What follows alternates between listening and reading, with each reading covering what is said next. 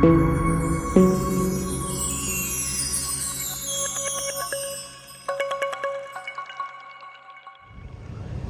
look at this. Look at this. Look at, what is this? This is a G-Wagon and an H2 Hummer. Wow. Why am I making a video about a G-Wagon and a Hummer? These are two totally different types of trucks. You know why? Because most people that like Hummers like G-Wagons. Why? Because they're rugged. They're both rugged, aggressive, masculine vehicles. Big and bulky, very aggressive in their appearance. Yeah? The Hummer, you already know. The H1 is the big dog, the original Hummer used in the military and in the Army, the U.S. Army, and maybe some other people use it in the military. But it's known for that. Well, they made a domesticated, smaller version called the H2. It's built on I think a Yukon chassis, and they made it to look very aggressive, very Hummer-like, is what you would expect. A lot of people nowadays are buying Jeep Wranglers and Renegades, but this was the really epitome or the peak of the masculine, oversized, aggressive off-road vehicle or SUV. And the Hummer really brought this into the forefront. Now, Mercedes, before the Hummer existed, they've been doing the G-Wagon for quite a long time. I think back into the 70s. Now, this was used also for military purposes. So we have here something that's very comparable in design when it comes to aggressiveness, when it comes to bulkiness, off-road capabilities. But only one of these really is built for off-road. Because as I mentioned, this right here was really designed based off of the Yukon chassis. So it doesn't have a solid frame other than what you would see on an SUV. Even though it looks the part, is it really, truly the most aggressive and heavy-duty SUV? No, it is not.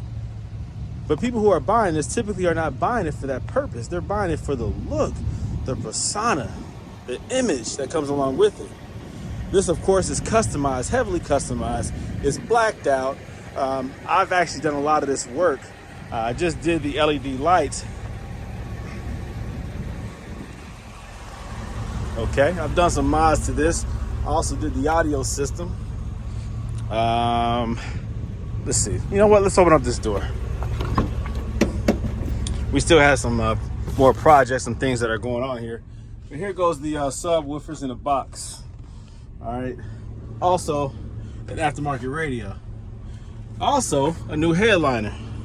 Yeah, this is custom. There is no H2 Hummers that have all this done unless it was customized. Now, the good thing about this one being an 05 is they did the all black interior. You know, a lot of people have the tan interior in theirs, and I'm not really a big fan of the GM type of leather that they use. They're tan. It typically does crack and wear pretty bad, and it looks, you know, it ages the interior of the vehicle. It ages the vehicle. The black makes the vehicle look newer than it is. And black just always, to me, looks better when it comes to interior. The standard colors. Black is always a nice choice when it comes to leather. So the all black H2 Hummer is really a unique vehicle, very nice. You don't see a lot of the black on blacks. And of course, like I said, he customized the headliner. I didn't do this part, but he did a good job with that. And of course, the LED lighting on throughout, I did that for him. So I did the audio, and I did the LED and a couple other accessories. These wheels and tire combination, he did that.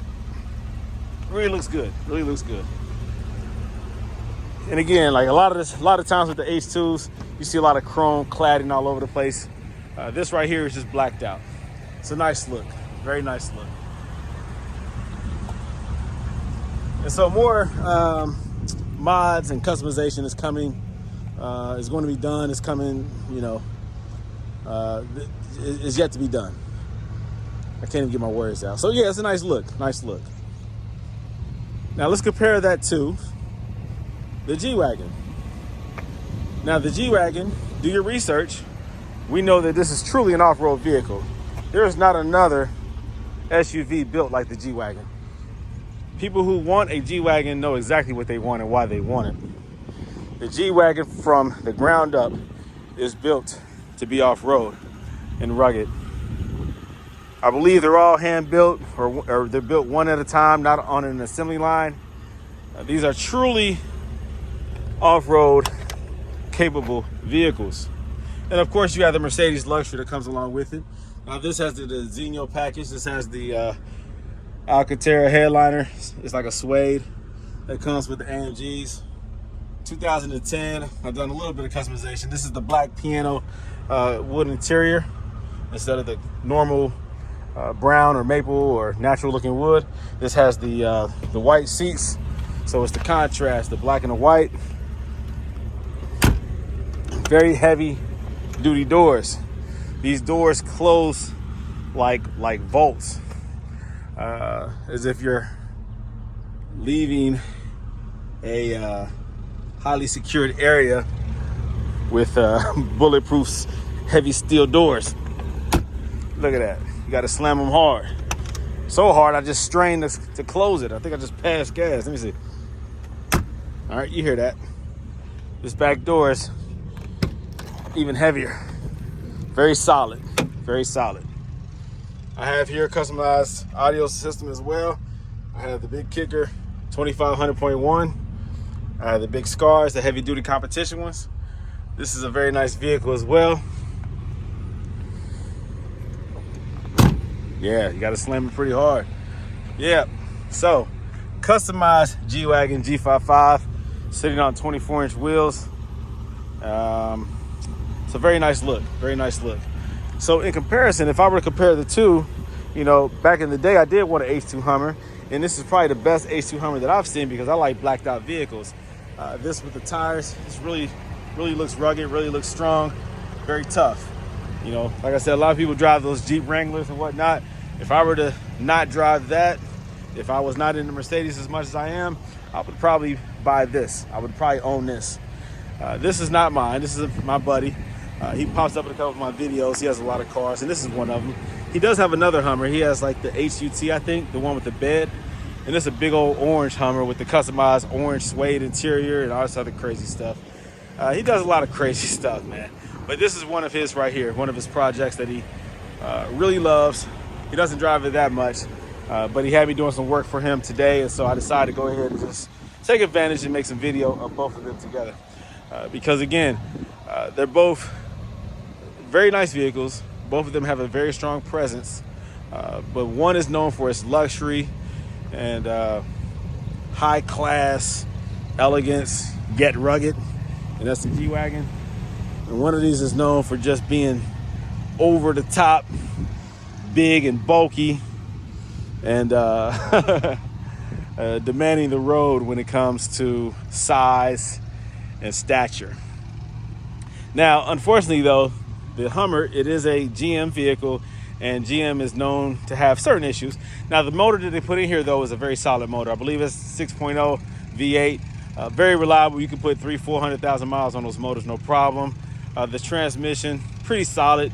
The transmission will go out before the engine does, but it's easy to be fixed because there's plenty of those transmissions out there.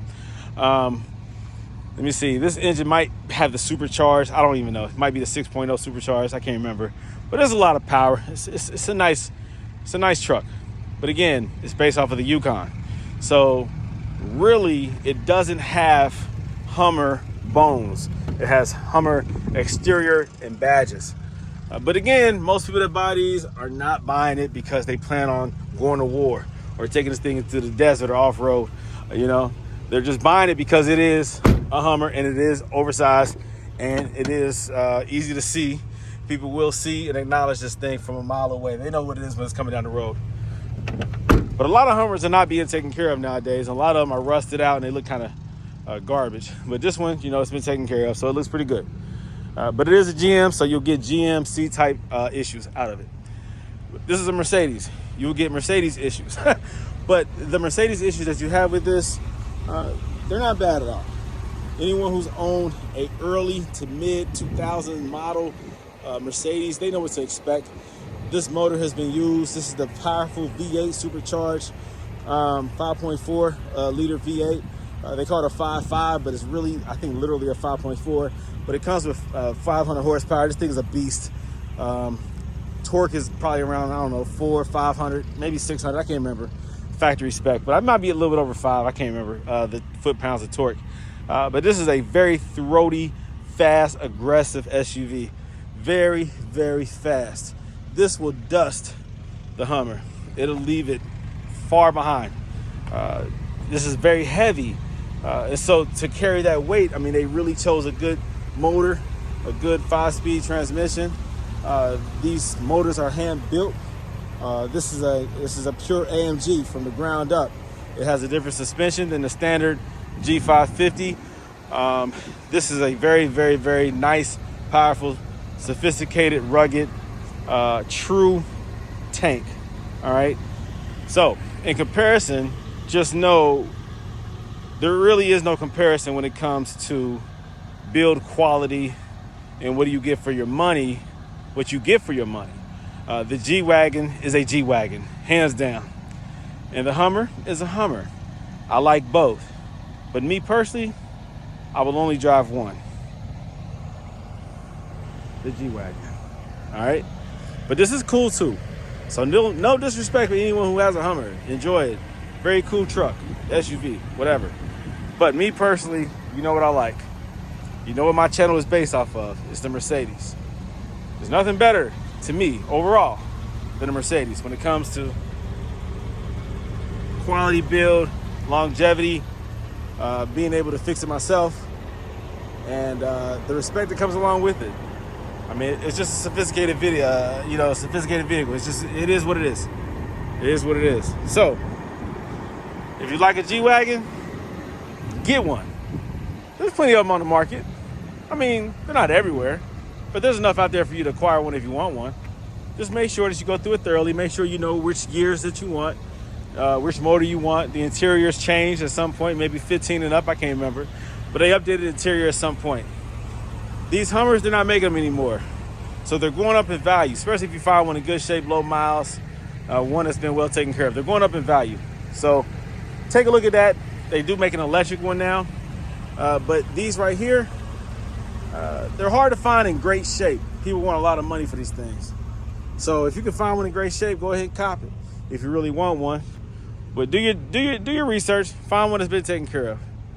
Again, GM issues, Mercedes issues. So choose wisely whichever one you decide to get. Do your research. There's plenty of information on the internet. You can Google anything that you want to know. So make a wise choice. All right?